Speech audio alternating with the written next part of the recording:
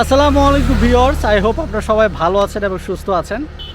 আজকে নতুন একটা জায়গায় আমি আবার ঘুরতে যাচ্ছি, আর সেটা হচ্ছে আমাদের পীরগঞ্জ থেকে জাস্ট 15 কিলোমিটার দূরে, সেটা হচ্ছে রামরাই দিঘি। তো পীরগঞ্জ এবং রানী শঙ্করের আপনারা যারা আছেন, আই হোপ যে আপনারা সবাই এই জায়গাটা সম্পর্কে পরিচিত।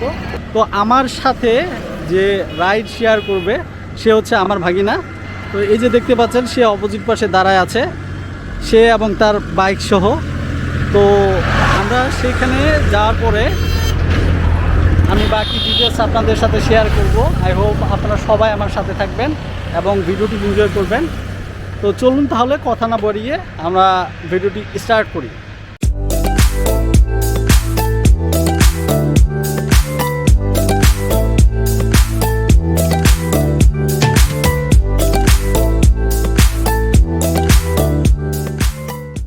ফাইনালি আমি এখন রামরাই দিঘির সামনে আছি, আর এই দিঘিটি হচ্ছে ঠাকুরগাঁও জেলার রানীশঙ্কল উপজেলা থেকে 4 কিলোমিটার দূরে অবস্থিত।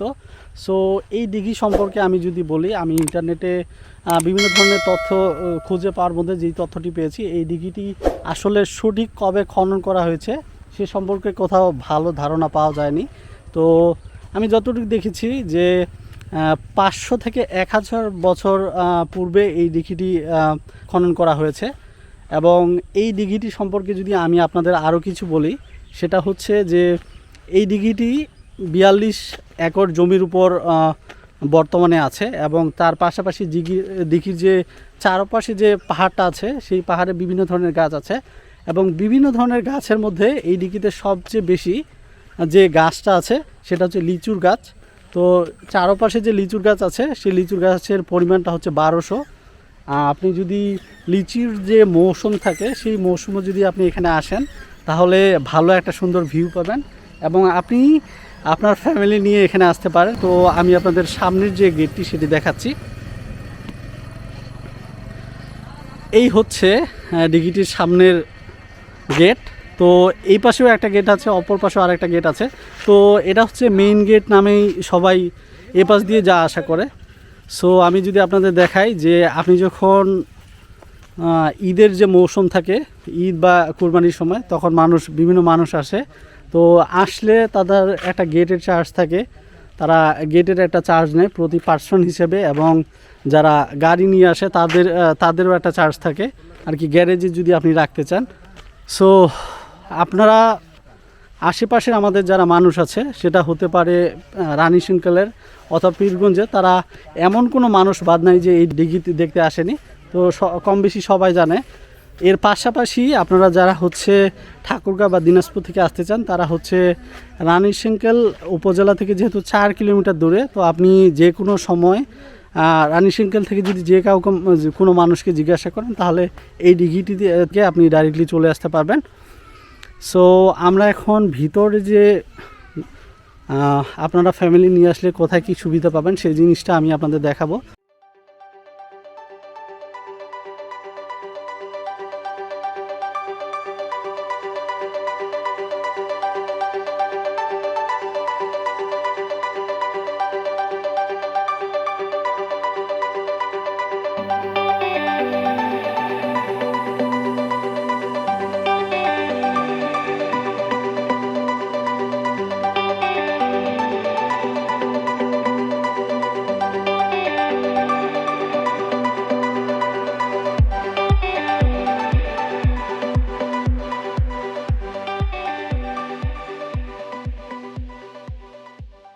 এই যে ভিউটা আমি যদি চোখ দিয়েও দেখি তাহলে আমি ঠিক বুঝতে পারছি, আপনারা ক্যামেরা দিয়ে দেখলে আপনারা সঠিক বুঝতে পারবেন না যে আসলে কত বড় এই দিঘিটা।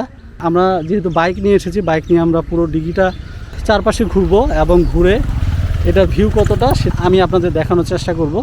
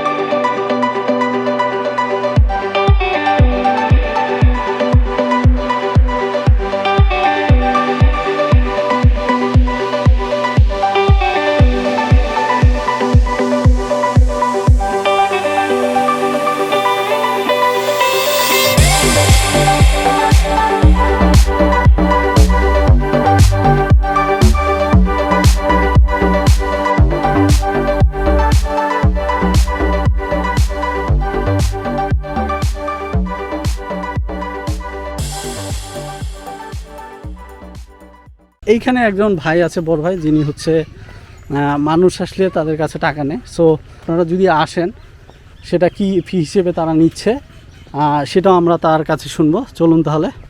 ভাইয়া, যারা আর কি চিনে না একবারেই, বিভিন্ন ধরনের মাধ্যম হয়ে আসে, তো আপনারা এখানে কি কি সার্ভিস দেন? যে এন্ট্রি হিসেবে যে কোনো মানুষ আসলে তারা কি টিকিট হিসেবে এন্ট্রি করেন, না হচ্ছে বাইক হিসেবে কিভাবে কি করেন? এখানে আমাদের বাইক যদি ঢুকে, বাইকে 1 জন থাকুক 10 জন থাকুক।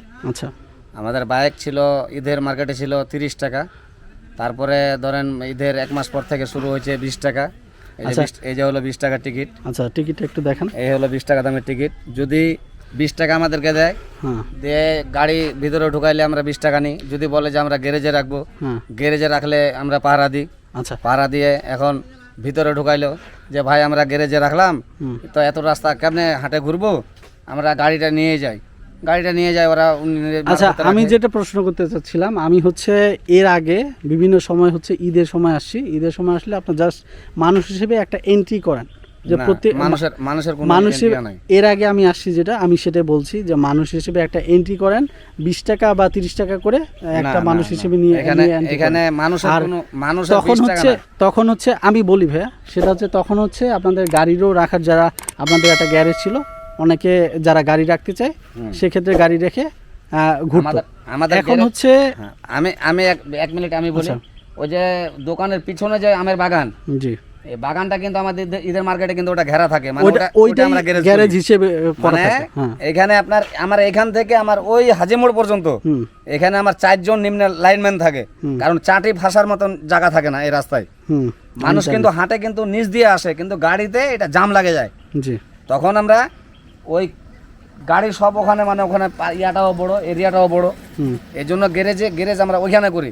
তারপরেও অনেক গাড়ি এখানে ঢুকলে মানে গ্যাঞ্জামটা বেশি হয়, এই জন্য আমরা মানে ওই সাইডে আমরা গাড়ি রাখি। আচ্ছা, এখন যেটা ফাইনাল আমি জানতে চাচ্ছি সেটা হচ্ছে, এই যে কোনো মানুষ যদি আসে তাহলে সেটা হচ্ছে গাড়ি নিয়ে আসে, 3 জন আসুক বা 4 জন আসুক, সেটা হচ্ছে গাড়ির চার্জ নেন না সেটা মানুষের চার্জ? খালি গাড়ি। আচ্ছা, हमको सिखा रिया है। रुको जरा, सबर करो, बोला धक्का बुक्की नहीं करने का, आराम से लेने का। हाँ, শুধু গাড়ির চার্জ রাখেন। এটা কি গ্যারেজ বাবদ না? গ্যারেজ বাবদ, হ্যাঁ, গ্যারেজ বাবদ। এখন যদি কোনো মানুষ আসে সেটা যদি গ্যারেজে না রাখতে চাই, সেক্ষেত্রে তাহলে কি চার্জ দেওয়া লাগবে না? অবশ্যই দেওয়া লাগবে, কারণ গ্যারেজে তো সে লাগতেছে না। আমার ভিতরে গাড়ি ঢোকাই নিষেধ, আমাকে নিষেধ করছে আমার ইউনো স্যার। আচ্ছা, গাড়ি ঢোকাই নিষেধ, সেক্ষেত্রে এখন ঢোকাতে হচ্ছে যে আমার, আপনি যে জিনিসটা বলছেন আমি সবটা ক্লিয়ার। তো সেক্ষেত্রে কোনো মানুষ, বিভিন্ন মানুষের মতামত থাকতে পারে, সেক্ষেত্রে সে বলতে পারে যে আপনার তো কোনো কাগজ নেই। এখন আপনি যে কথাটা বলছেন বলে অনেকজন,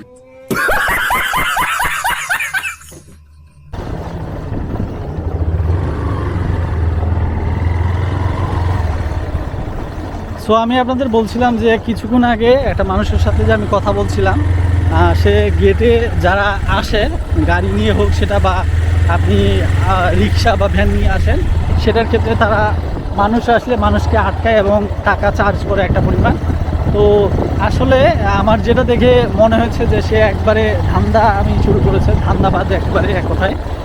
কারণ হচ্ছে যে আমি যখন তাকে জিজ্ঞাসা করেছি যে সেটা যদি পার্সন প্রতি হয়, যে প্রতিটা পার্সন মানুষ গেলে গেট হিসেবে তারা একটা চার্জ নেয়, সেই চার্জটাও কিন্তু এটা না।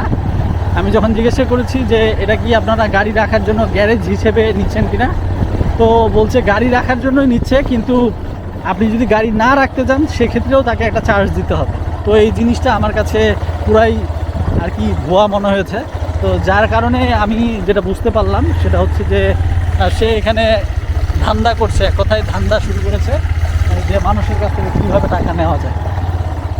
সো যেহেতু পুরো রাস্তার চারপাশে একবারে মোটর সাইকেল দিয়ে আপনি ঘুরতে পারবেন, দেখতেই পাচ্ছেন আমরা যেহেতু মোটর সাইকেল দিয়ে পার হচ্ছি, সো মোটর সাইকেল নিয়ে আসলে আপনার জন্য বেস্ট হবে যে পুরো রাস্তাটা ঘোরার জন্য।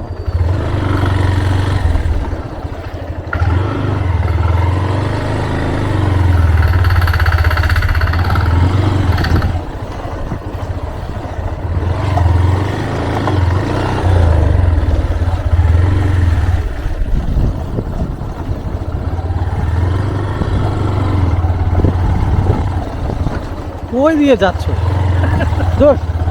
গাড়িটা তোমার গাড়ি সমস্যা আছে, এদের বোঝান। ভিডিওটা ভালো হবে, ভিডিওটা। হ্যাঁ, ভিডিও ভালো, কই যাচ্ছে, অ্যাক্সিডেন্ট হয়ে যাবে নাকি?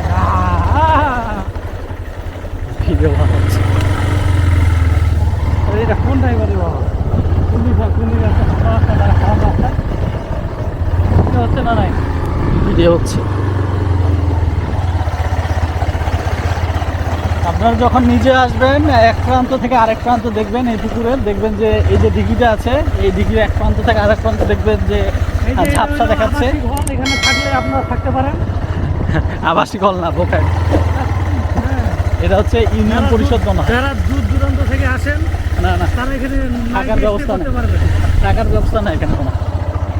আচ্ছা, সো আই হোপ যে আপনারা যদি কেউ আসার চিন্তা ভাবনা করেন ঠাকুরগাঁও বা আপনারা যেখান থেকে আসেন, আসলে লিচুর যে মৌসুমটা আমাদের ঠাকুরগাঁয়ে, লিচুর মৌসুমে আসবেন, তাহলে যে পরিমাণ ফলন আসে লিচুর, একবারে সেই সময় লিচুও খেয়ে যেতে পারবেন এবং তার সাথে নিচুও নিয়ে যেতে পারবেন। নিচুও নিয়ে যেতে পারবেন না। আমাদের আঞ্চলিক যেটা ভাষা সেটা হচ্ছে লিচুকে নিচু বলা হয়। তো এটাতে আপনারা আমার নিচুলা খুব স্বাদ, আমার লিচুলা খুব স্বাদ, ব্যাপারটা এরকম। চিনির মতো মিষ্টি করে নিচুলা একবার খাইলে মুখান খালি রসে টইটম্ব থাকিবে। আমার ভাগিনা অনেক হচ্ছে মজার মানুষ, খালি পচ পচ করে মুখানো দিবেন, খালি ওকে বাগে মুখা ভরে লাগে।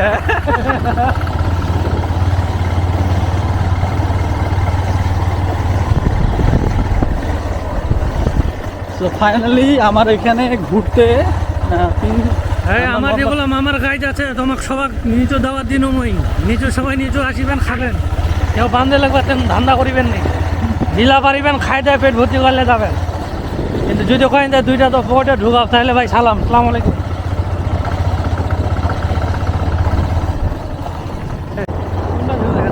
ফাইনালি আমাদের রামরায়ের যে ট্রিপ ছিল সেটা আমরা এখান থেকেই শেষ করছি। তো আই হোপ আপনারা যারা আমার এই ভিডিওটি দেখেছেন আপনাদের ভালো লেগেছে, আর যদি ভালো লেগে থাকে এই ধরনের ভিডিও আমি কন্টিনিউ আপলোড করব। এর পাশাপাশি আমি টেক রিলেটেড বিভিন্ন ধরনের ভিডিও আপলোড করে থাকি, আপনারা দেখেছেন। তো এই টাইপের যদি কন্টেন্ট আপনি পেতে চান, ঝটপট এখনই আমার ফেসবুকে পেজটা ফলো করে দিন, এবং আমার ইউটিউবের যে, যদি ইউটিউবে দেখে থাকেন তাহলে ইউটিউবের চ্যানেলটা আমার সাবস্ক্রাইব করে দিন পরবর্তী ভিডিওগুলো পাওয়ার জন্য।